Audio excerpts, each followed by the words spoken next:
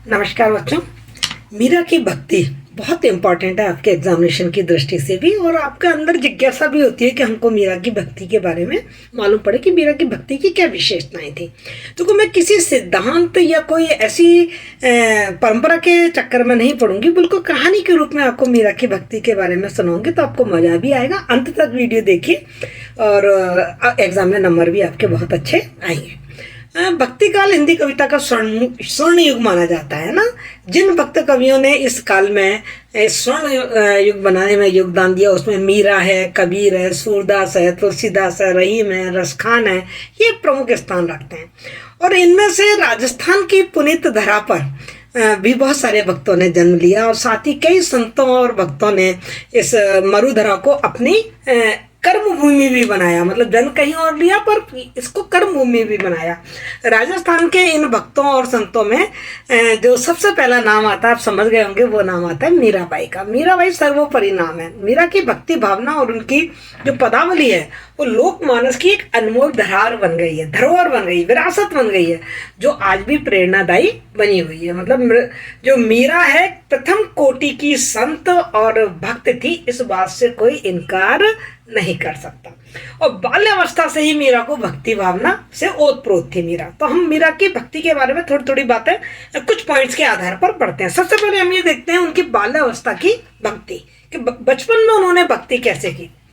जब मीरा लगभग 10 वर्ष की थी तो उनके घर पे एक अतिथि आए, संत आए, जो अतिथि के रूप में मीरा के घर पे ही ठहरे थे, और उनके पास श्री कृष्ण की एक मूर्ति थी। और जब वो उसकी पूजा कर रहे थे तो मीरा भी उनके पास जाके बैठी, बच्चा थी, जिज्ञासा उनके पास जा बैठी, और बाल सुलभ मन से मीरा ने उनसे पूछा कि भाई ये कौन है, क्योंकि वो जो मूर्ति थी बड़ी सुंदर थी और मीरा उसकी तरफ आकृष्ट हो गई थी। तो साधु से जब उसने पूछा कि महाराज आप किसकी पूजा कर रहे हैं, ये कौन है, इनका नाम क्या है, तो साधु ने उत्तर दिया कि इनका नाम गिरिधरलाल जी है।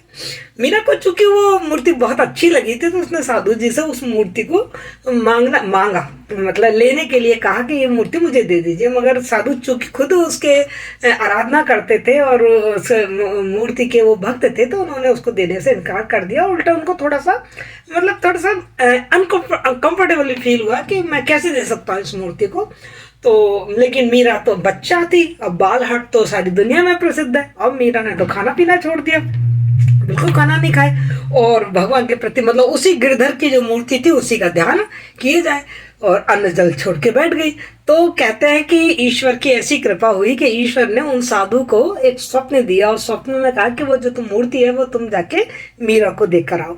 और साधु ने 7 दिन बाद ही वो जो मूर्ति है वो मीरा के पास भेज दी, और मीरा ने तब से उस मूर्ति को अपने ही पास रखा।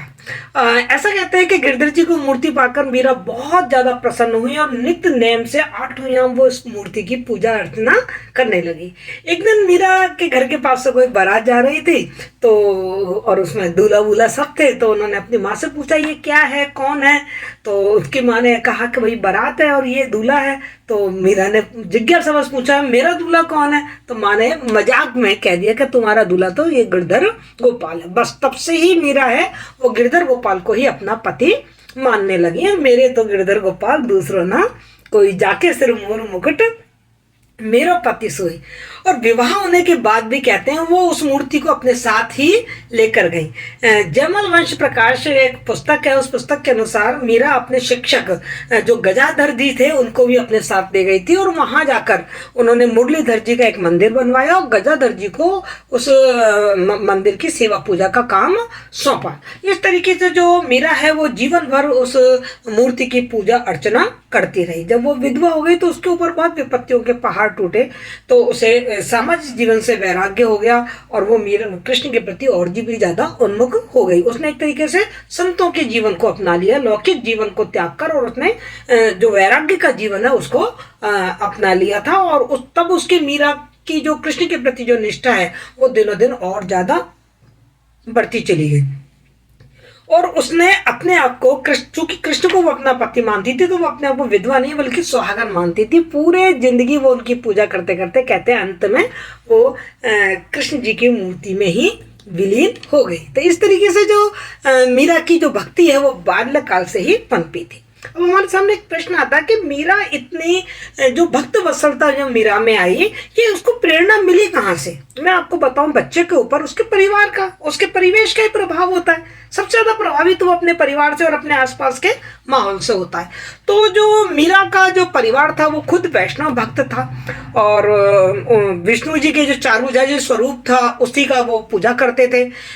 मेड़ता उनकी राजधानी थी और वहीं पर जो राव दूधा जी थे उन्होंने चार भुजा जी का एक मंदिर बनवाया हुआ था। तो इस तरीके से जो मीरा है उसका जो परिवार है वो खुद वैष्णव भक्त हैं और वो खुद चार भुजा जी में बहुत विश्वास करते हैं। उनकी पूजा उसने बचपन से देखी थी, इसलिए मीरा को जो प्रेरणा मिली अपनी भक्ति की वो एक तरीके से स्वतः स्फूर्त प्रेरणा थी जो उसके परिवार से उसके अंदर आ गई।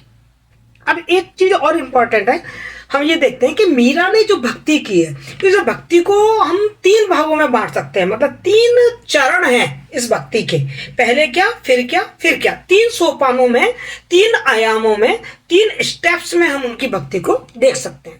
पहला जो स्टेप्स है उनकी भक्ति का वो ये है कि जब वो कृष्ण के प्रति बड़ी लालायित रहती हैं, इस अवस्था में वो व्यग्र हो जाती हैं और बड़ी व्याकुल है कृष्ण के दर्शन के लिए। वो कहती है, मैं विरहणी बैठी जागूं जग सोवे रे आली, मतलब सारी दुनिया सो रही है और मैं बैठी हुई जाग रही हूँ।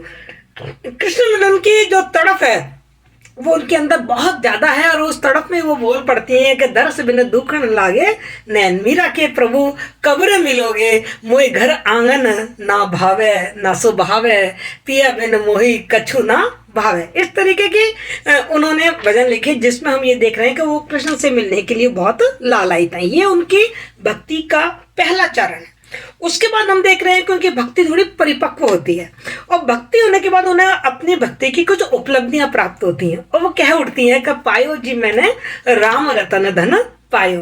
वो कहती है कि मायरी मैं तो लियो गोविंदो मोल, कोई कहे चुपके कोई कहे छाने, लियो बजंता ढोल। और इस तरीके से वो प्रसन्न हो जाती हैं क्योंकि अब उन्हें कृष्ण की जो भक्ति है वो प्राप्त हो गई है और वो कह भी रही हैं कि असुवन जल सींच सींच प्रेम बेल बोई, और अब तो बेल फैल गई आनंद फल होई, और प्रीत की मथनिया बड़े प्रेम से बिलोई, और दद मथ घृत काढ़ लियो छाड़ दई छोई। इस तरीके से जो मीरा है वो अब कृष्ण के प्रेम में, कृष्ण की भक्ति में आनंद की प्राप्ति कर रही है।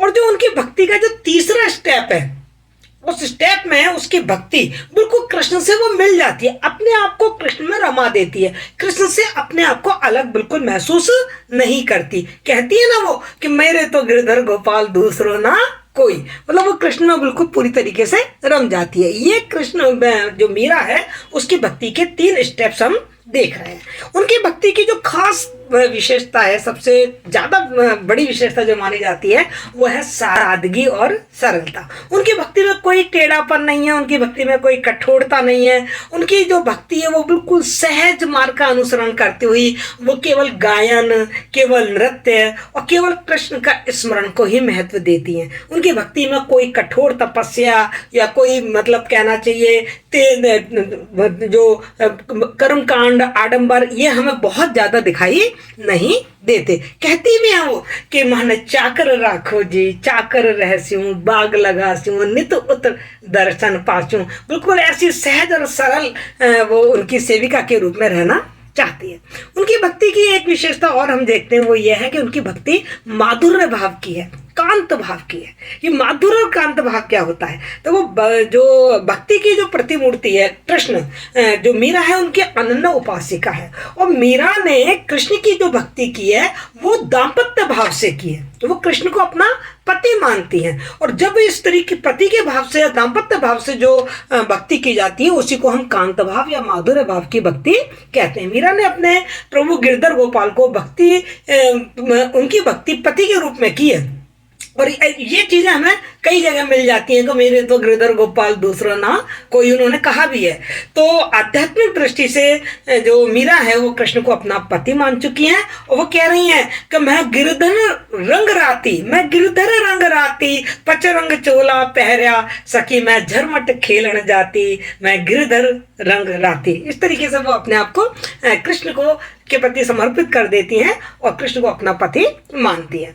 उनकी जो भक्ति है उसमें एक खास बात और है, बहुत ओज और प्रभावशीलता है। उनकी जो भक्ति है वो बिल्कुल ऐसी नहीं है मतलब दीनता की या याचना की ऐसी भक्ति नहीं, उनकी भक्ति में ओज है, प्रभावशीलता है ना। उन्होंने कहा है कि वो है ना एक पग घुंघरू बांध मीरा नाची रे, और मैं तो आपने नारायण सो आपो हो गई साची रे, लोग कहे मीरा बही बावरी, न्यात कहे कुल नासी रे, पग घुंघरू बांध मीरा नाची रे। उनकी जो भक्ति है उसमें इतना प्रभाव है कि वो किसी से डरती नहीं है, किसी से भी नहीं डरती। राणा के जहर का प्याला राणा जी भेजा और मीरा पीवत हंसी रे, उसने हंसते हंसते जहर के प्याले को मतलब राणा जी के द्वारा जो दुख दिए हुए थे वो सब उसने बहुत हंसते हंसते सहन कर लिए। इतिहासकार गौरी शंकर हीराचंद ओझा जी हैं, उन्होंने लिखा है कि जो भगवती मीरा है वो समकालीन मेड़ता राज्य के परम शत्रु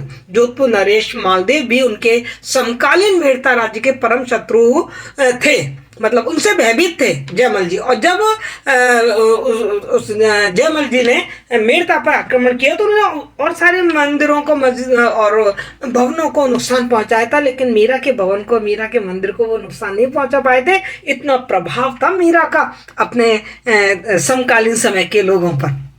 उनकी भक्ति की एक विशेषता हम देखते हैं, प्रेमा भक्ति। उनकी जो भक्ति है वो प्रेमा भक्ति है। वो कहते हैं जोगी मत जा मत जा मत जा, पाए परूं मैं तेरी चेरी हूँ, और प्रेम भगति को पेड़ो ही न्यारो, हमको गेल बता जा जोगी मत जा मत जा मत जा। और आगे वो कहती है कि जल बल भई भस्म की डेरी, अपने अंग लगा जा जोगी मत जा मत जा मत जा। तो प्रेम भक्ति की विशेषता ये होती है कि इसमें जो भक्त होता है ना वो प्रभु की सेवा और उसके आराधना में पूरी तरीके से लीन हो जाता है। उसकी जो भक्ति होती है वो मधुर रस से आप्लावित होती है। और इतिहास में ऐसी भक्ति, ऐसी अनन्य भक्ति हमें मीरा के अलावा और कहीं देखने को नहीं मिलती। श्री कृष्ण से प्रेम भक्ति के रास्ते में उन्होंने किसी की भी परवाह नहीं की। इस पद पर यद्यपि उन्हें बहुत सारे कष्ट, बहुत सारे दुख देने पड़े, जैसे मैंने अभी आपको बताया कि राणा जी ने बहुत उनको दुख दिया, लेकिन उन्होंने आत्मसमर्पण नहीं किया और अपने लक्ष्य से भी वो विमुख नहीं हुई, बल्कि वो सांवरे की भक्ति में निर्लिप्त भाव से डूबी रही और अपने सांवरे की जो मूर्ति है उसको उन्होंने अपने आंखों में बसा लिया था। बसो मेरे नैनन में नंदलाल। मीरा कृष्ण की भक्ति की इतनी प्रेम दीवानी थी कि ऐसा मतलब लोग कहते हैं कि जैसे उसे तो कोई प्रेम रोग हो गया था। उसने घर परिवार कुटुंब किसी की भी परवाह नहीं की, उसने इस बात की भी परवाह नहीं की कि लोग क्या कहते हैं। वो केवल कृष्ण से प्रेम करती थी, कृष्ण की दीवानी थी। उसका जो प्रेम था ना वो बिल्कुल ऐसा था जैसे जल में मछली का होता है, दीपक और पतंगे का होता है। वो कृष्ण से कुछ नहीं चाहती है, वो अपने आप को सर्वस्व स्वीकार कर देती है। और आप देखो मीरा की भक्ति, मतलब कोई साक्षात व्यक्ति भी तो उसके सामने नहीं है, मूर्ति उसके सामने है और उसने अपने आप को उस मूर्ति को ही समर्पित कर दिया है। वे कृष्ण के बिना देह होते हुए भी देह रहित महसूस करती है अपने आप को। नागर नंद कुमार लागे धारो नेह, इस तरीके से उसके नेह में, उसके प्रेम में वो डूबी हुई है। मीरा की भक्ति की एक खास विशेषता और है, वो है कि वो रूढ़ियों परंपराओं की विरोधी है। जो मीरा है वो स्त्री स्वतंत्रता की प्रतीक है। अपने नारी व्यक्तित्व की स्वतंत्र पहचान निर्मित करने वाली जो मीरा है वो अपने युग की विभीषिकाओं के विरुद्ध एक विद्रोहिणी मीरा के रूप में हमारे सामने आती है और फिर अपने जो भक्त हैं उनका मार्गदर्शन भी करती है। वो कहती है कि आधे मीरा एक लीरे, आधे राणा की फौज, और तन की आस कबू नहीं कीनी, जो रण माही सूरो, अज्ञान मारे खांड की धार। ये सब जो चीज है ना ये मीरा की मर्दानगी के उदाहरण है। मीरा की अलौकिक दृष्टि में समृद्धता, वैभव, भौतिक सुख, इनका कोई भी महत्व नहीं था। ये सब केवल दिखावा थे। उनके लिए सांसारिक सुखों को त्याग कर केवल ईश्वर की प्राप्ति करना ही उनके जीवन का एकमात्र उद्देश्य था। इसलिए उनकी भक्ति में किसी रूढ़ी या किसी परंपरा का कोई स्थान नहीं था। मतलब जो मीरा मंदिरों में नाचती थी तो उसका बहुत विरोध किया। उसने कहा भी है कि लोग कहे मीरा वही बावरी, न्यात कहे कुलनाशी, उनको कुलनाशक कहा जा रहा है, लेकिन फिर भी वो कहते हैं कि मैं तो मारे नारायण सु आप ही हो गई साची, मतलब मुझे किसी की परवाह नहीं है। वो साफ कहती है मीरा। वो कहती है, वो जगत को देख के रोती है कि जगत मोह माया में डूबा हुआ है। तो इस तरीके से जो मीरा है वो नवयुग की पुरोधा है। मीरा विधवा होते हुए भी सारी विपत्तियों के पहाड़ को अपने ऊपर ढोती हुई भी वो वैराग्य की ओर उन्मुख हो जाती है, और ये जो उसके जीवन का जो लौकिक मोह है वो उसका खत्म होता जाता है, और कृष्ण के प्रति उसकी निष्ठा बहुत ज़्यादा बढ़ती जाती है। उनकी भक्ति की एक विशेषता और है कि उनकी भक्ति में भाव पक्ष की प्रधानता है। उन्होंने अपनी भक्ति में ज्ञान के स्थान पर, ज्ञान को अपन कहते हैं ना, ईश्वर प्राप्ति के 3 रास्ते बताए गए हैं अपने गीता में भी।